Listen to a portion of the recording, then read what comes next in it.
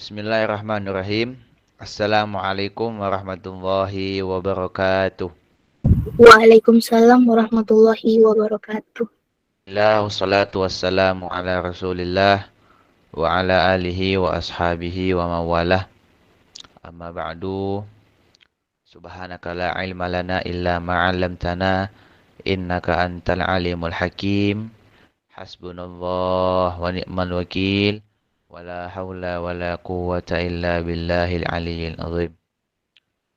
Allahumma 'allimna ma jahilna wa dzakkirna ma nasina. Allahumma la sahla illa ma ja'altahu sahla wa anta taj'alal hazna idza syi'ta sahla. Ya muyassir kulli asir fataysirul asir alayka yasir. Allahumma ya man la yahtaju ilal bayani wa tafsir hajatuna katsir wa anta alimun biha wa khabir. Yang pertama kita panjatkan puji dan syukur kepada Allah Subhanahu wa taala dengan ucapan alhamdulillah dan salawat dan salam kepada Nabi Muhammad sallallahu alaihi wasallam dengan ucapan Allahumma shalli wa sallim ala sayyidina Muhammad wa ala alihi sayyidina Muhammad. Yang kami hormati teman-teman sekalian, begitu juga teman-teman khusus Majelis Bait Al-Muhammadi. Begitu juga yang kita hormati Ustadz Beni. Beliau adalah teman saya ketika kami satu pondok di Pondok Pesantren Mustafawiyah. Ustadz Beni.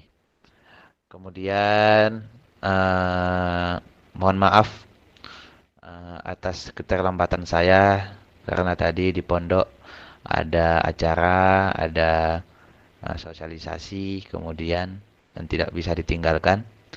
Dan mohon maaf juga bahwasanya kita pada malam hari ini tidak seperti biasanya antum mendengarkan kajian. Kita hanya berdurasi sekitar 20 menit kurang lebih. Langsung kita ke kajian kita pada malam berbahagia ini, yaitu merosotnya semangat belajar di era modern. Ya. Teman-teman sekalian, isi di dalam majelis ini saya lihat banyak ya akhwat ya, banyak perempuan. Bukan begitu? Iya Ustadz, benar. Iya. Di sini banyak perempuan, yang laki-laki ada? Ada Ustadz, tapi Ada. kebanyakan akhwat. Oh, kebanyakan akhwat. Ya, baik. Yang pertama yang akan kita bahas adalah merosot. Apa sebab merosotnya uh, himmah ataupun keinginan kita di masa modern ini? Perlu kita ketahui adalah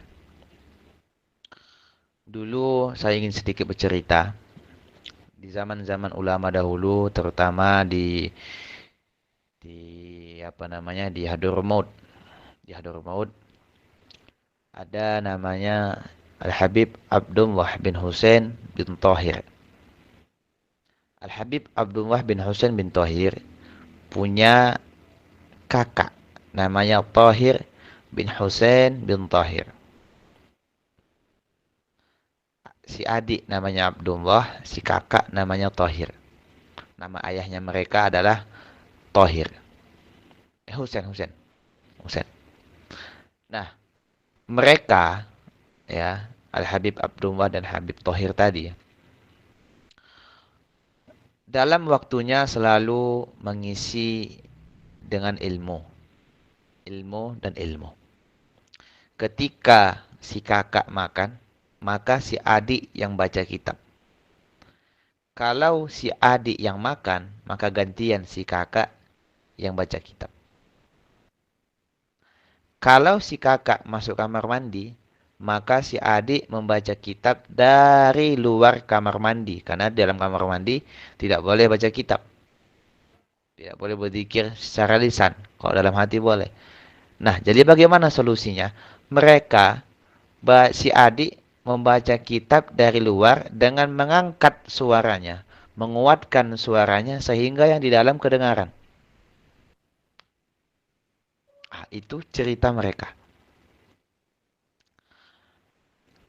Kalaulah begitu, mereka yang tidak mempunyai budget, tidak mempunyai HP, tidak mempunyai media-media canggih seperti saat ini, mereka sudah alim. Lihat bagaimana Imam Nawawi. Lihat bagaimana Imam Al-Khatib Asy-Syirbini. Lihat bagaimana Ibnu Hajar Al-Haytami. Lihat bagaimana Ibnu Hajar Al-Asqalani. Lihat bagaimana Izz bin Abdul Salam. Bagaimana Imam Syafi'i. Bagaimana Imam Malik. Bagaimana Imam Hanafi. Bagaimana Imam Hambali. Semua ulama-ulama semua itu. Karangannya banyak. Kitabnya banyak. Padahal mereka tidak mempunyai media yang sangat luar biasa seperti kita. Coba Anda bayangkan. Pada zaman Imam Syafi'i itu ada Zoom. Pada zaman Imam Hambali ada Google Meet. Pada masa Imam Nawawi ada live streaming. Apa yang akan terjadi? Mungkin karangan mereka ini, karangan ulama-ulama ini sudah banyak kalbahar la sahilah lah. Seperti lautan yang tak bertepi. Nah, kenapa mereka bisa dan mereka menjadi ulama, mereka menjadi imam, mereka jadi mujtahid, mereka jadi syekh, mereka menjadi mujtahid madhab, mereka menjadi panutan umat. Kenapa mereka bisa padahal dengan segala kekurangan yang mereka miliki? Kita sekarang ini, lihat, kita bisa tatap wajah. Walaupun yang saya ajak bicara ditutup kameranya. Dan namanya ya perempuan nggak apa-apa. Kita bisa mendengarkan nasihat, mendapatkan ilmu yang tak mungkin kita pikirkan dari hati kita ini bisa belajar misalnya dengan ulama yang ada di Yaman. Dengan ulama yang ada di Mesir.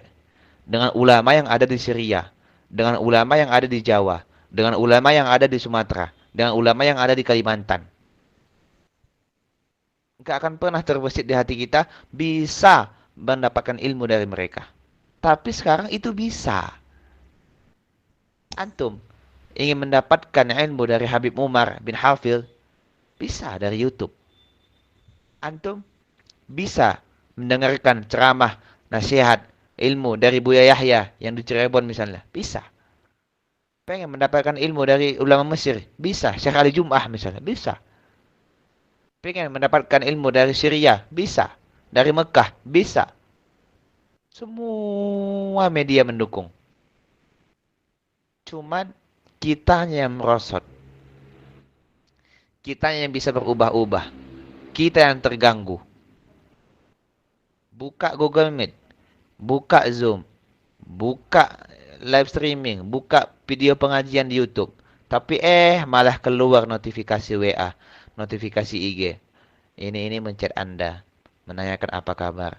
Menanyakan gini-gini. Jadi nggak buka kitab jadinya. Nggak dengarkan pengajian jadinya. Tapi chattingan lewat WA. Nah ini yang harus kita benahi teman-teman sekalian. Kalau bukan kita siapa lagi? Kita perempuan dan kita juga ada yang laki-laki.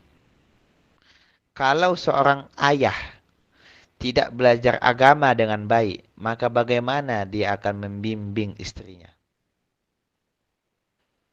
Kalau si istri tidak belajar agama dengan baik, maka bagaimana dia akan mendidik anaknya? Dan kalau anaknya tidak belajar dengan baik, maka bagaimana dia akan mendoakan ayah ibunya? Semua bisa dikaji sekarang. Kadang sudah terbuka luas ini media untuk mendapatkan ilmu. Tinggal ketik, kita rebahan di kamar, kita duduk-duduk santai di kamar di rumah, tapi kita bisa menjangkau Yaman bisa menjangkau Tarim, bisa menjangkau Mesir, bisa menjangkau Lampung, bisa menjangkau Jawa, Jakarta, Papua, Kalimantan, Sulawesi, Palu, bisa kita jangkau. Kita ketik www kajian kitab bersuci oleh Buya Yahya ada di YouTube. Kajian ilmu jenazah ada di YouTube. Kajian ini bersama Ustadz ini. Nah, kenapa kita nggak bisa kawan-kawan? Kalau ulama dulu bisa dengan kekurangan yang mereka punya, maka kenapa kita tidak bisa?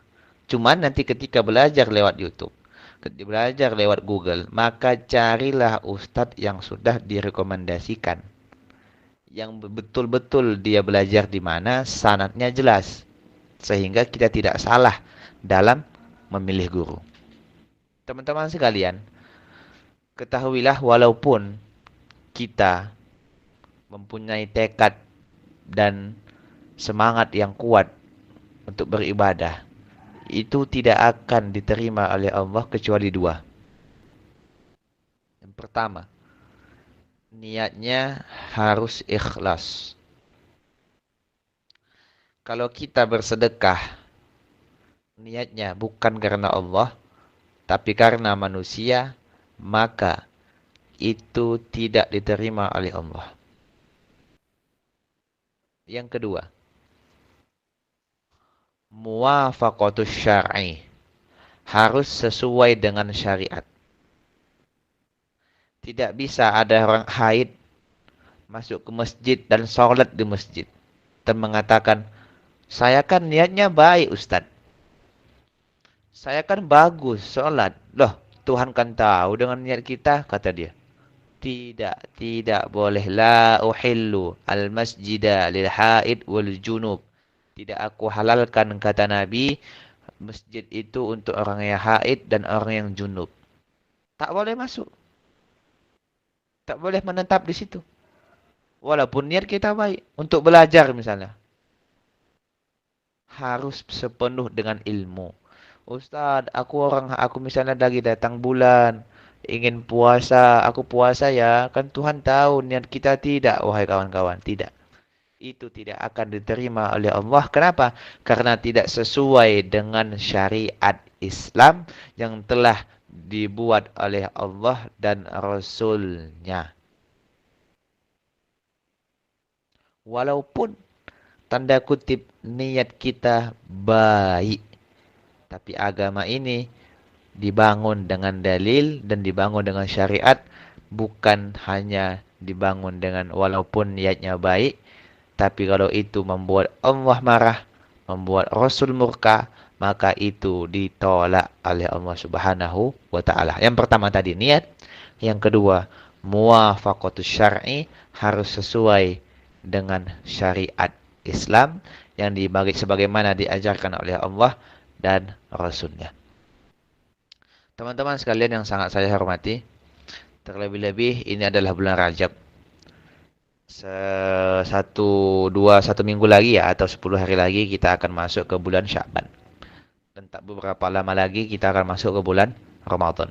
Nah ini, tolong ketika membahas bab siam, bab puasa, maka harus diperdalami secara benar-benar.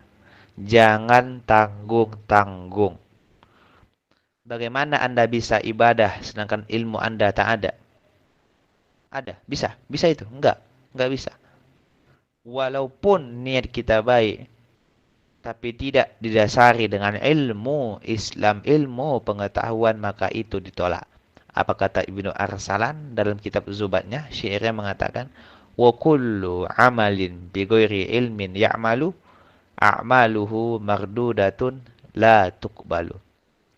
Setiap amal perbuatan yang tidak didasari dengan ilmu, a'maluhu mardudatun la tuqbalu, maka amal ibadahnya ditolak oleh Allah Subhanahu wa taala.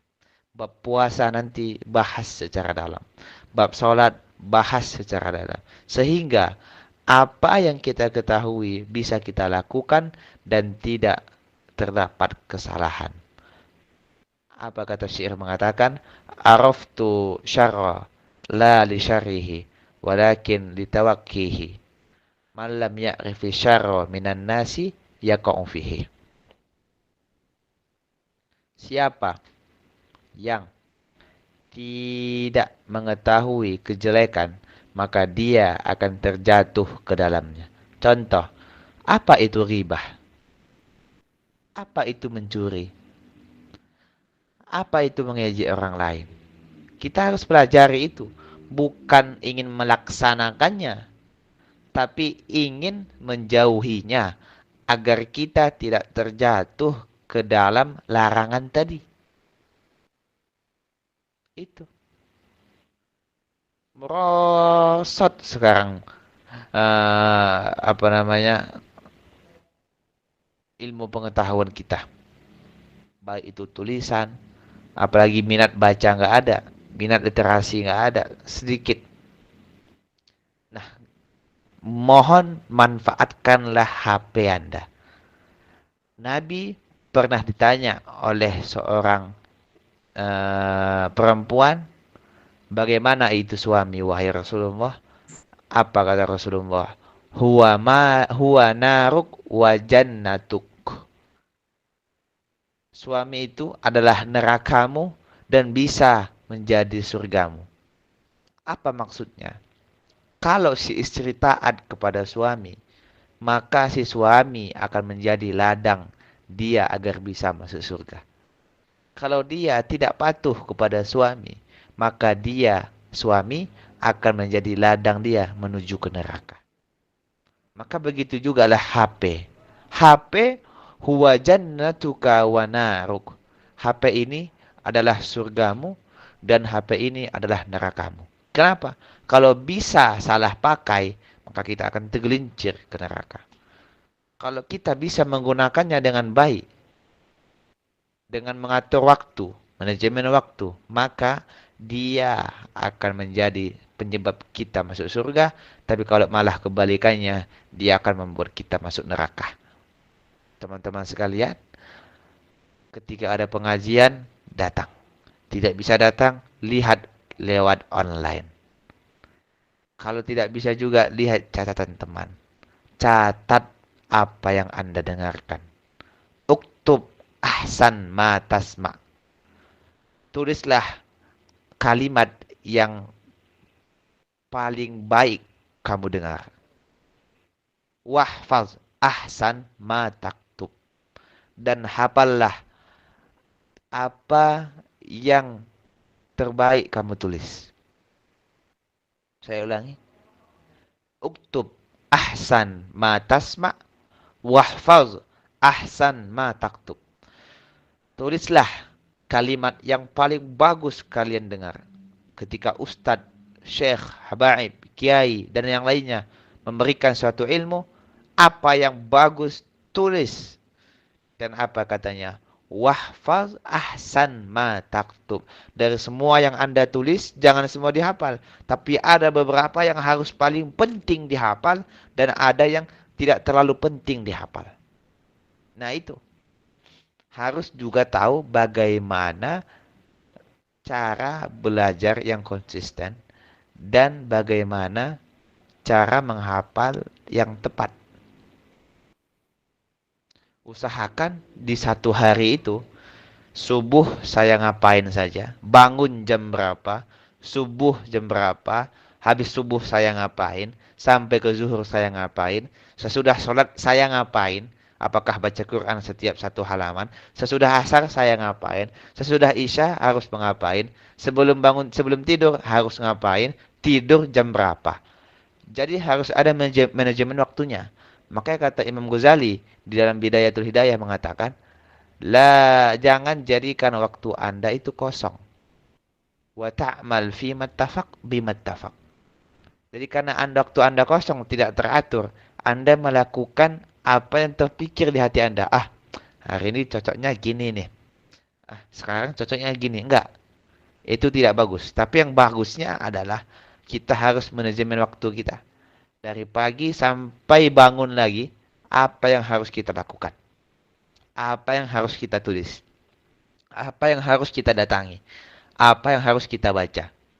Apa yang harus kita pahami dan apa yang harus kita kejar. Sehingga kita tidak belok kemana-mana. Nah, man yaltafit la yasil. Siapa yang menengok kanan kiri ketika berjalan, maka dia tidak akan pernah sampai kepada tujuan. Begitu juga tujuan kita. Sudah tahu tujuan kita A, maka kita tidak boleh belok kanan belok kiri, harus sesuai jalur yang sudah kita tentukan sehingga kita mendapatkan hasil yang terbaik. Kami ataupun kita tidak memaksa Anda untuk menjadi orang pintar. Dan kami tidak memaksa Anda untuk menjadi orang yang kuat. Tapi kami memaksa Anda untuk rajin dan memaksa Anda untuk usaha. Kalaulah dia rajin, pasti dia pintar. Dan kalau dia rajin usaha, pasti dia kuat. Mungkin cukup sekian dapat kita sampaikan. Kita buka tanya jawab satu saja. Mohon maaf kepada teman-teman. Kami serahkan kepada moderator. Masya Allah, tabarakallah. Syukron Ustadz atas penyampaian materinya. Baik, itulah penyampaian materi dari Ustadz Ahlan Lubis. Semoga apa yang disampaikan oleh beliau bermanfaat untuk kita semua. Baik, kita ke acara selanjutnya yaitu sesi tanya jawab. Kepada teman-teman, dipersilakan untuk bertanya karena Ustadznya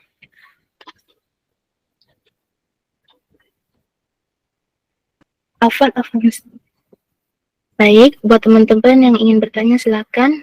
Satu pertanyaan saja karena Ustadznya tidak ada waktu, silakan.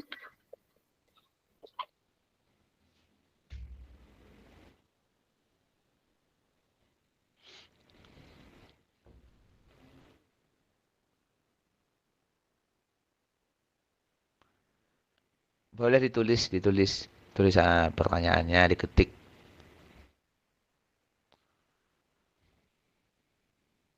Baik, buat teman-teman dipersilakan untuk bertanya.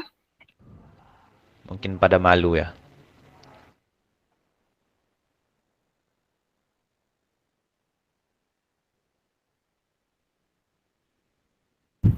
Baik, buat teman-teman yang ingin bertanya dipersilakan ya teman-teman. Kalau tidak ada, kita tutup dengan closing statement. Baik, karena tidak ada yang bertanya, maka Ana beralih ke acara selanjutnya yaitu